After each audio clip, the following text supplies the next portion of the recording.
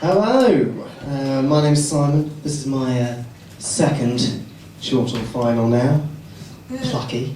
And it's my fourth year in the competition as a whole. I'll quickly give you the pottage history. 05, first round exit. 06, finalist. 07, disqualified. 08, finalist again. And dare I say it, champion? We'll see.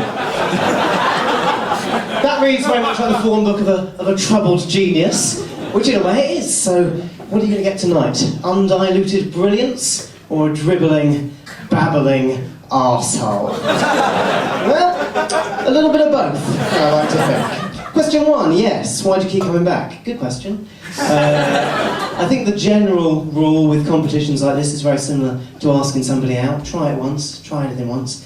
Even twice is fine. Be wary about doing it 3 times. That's closing in on creepy. Never, ever ask the same person out 4 times. How desperate is that, desperate Dan?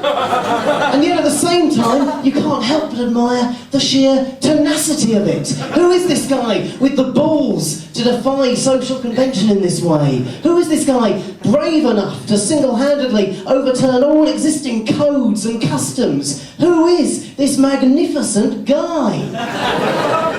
If I enter again next year, that'll be 5 years I've done this. And I'm not saying that I'm doing my PhD just so I can take part in this competition.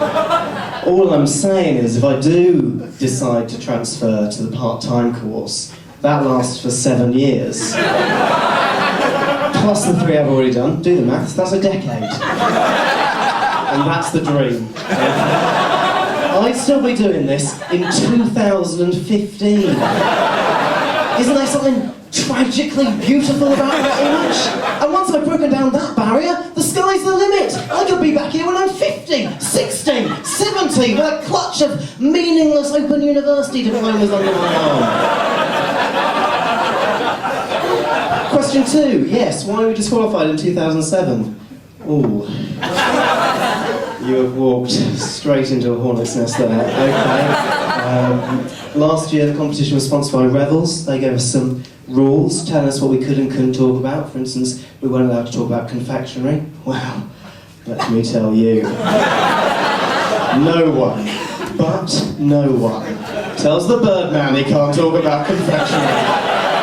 Suffice it to say, I finished my set by giving out Mars bars, Kit Kats, double-deckers, anything but Revels, basically.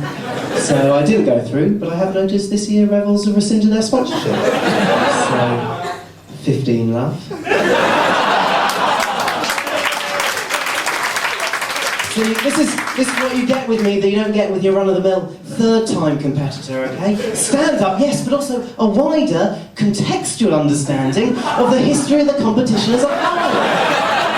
I've been here before. I've tasted defeat. I have been as low as it is possible to go, and I'm not asking for your pity. And at the same time, I'm not one of those people who would feel ashamed if you did offer me a pity. Quite the opposite, I will grasp it. And I will ride that wave of pity all the way to the motherfucking title. I remember how I felt back in my first final. I was anxious. I was scared. And I compare that to what I feel now, which is an almost homicidal sense of calm. I'm not giving up without a fight. And I mean that quite literally. I'm leaving here with a trophy or in one of a fleet of hearses.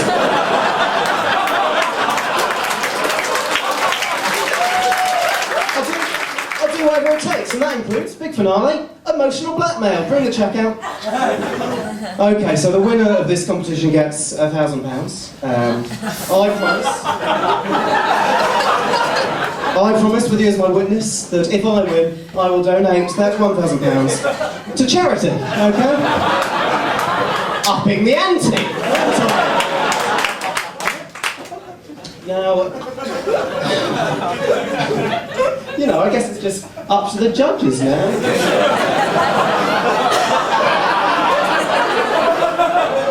I just guess it's up to them whether they think charity deserves £1,000.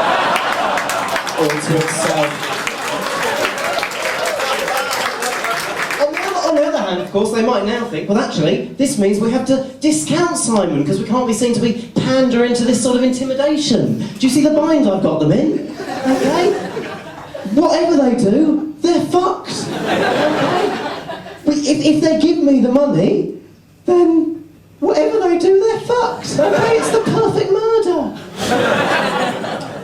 No, in all seriousness, do feel free to give me the title, because I'm not relying on the blackmail thing. I'm being very funny at the same time. So is it blackmail or is it just harmless fun? Genuinely, it's both. It's both. You also notice that the charity I've selected is Refuge, which provides emergency support for women suffering from domestic and sexual violence. Now, obviously, Chortle have decided not to put any women in the final this year.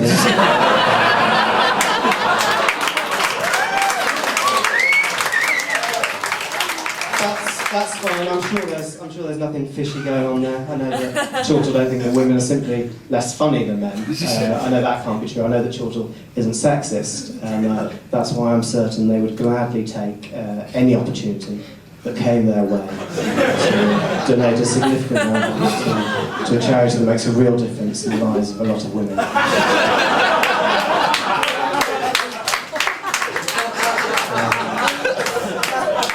That's it, that's pretty much me. It's in the hands of the judges now. I feel for them, I do. It's difficult, because obviously I'm a talent. I mean, that's obvious. You could tell that from the minute I walked up here in the finished article. And yet, at the same time, how can they possibly pick me? I'm just a man doing the competition over and over again. And from tonight's evidence, trying his very best to ruin it. They have to pick someone who ticks all the boxes, I understand that. It would take a judge with real guts to pick someone like me.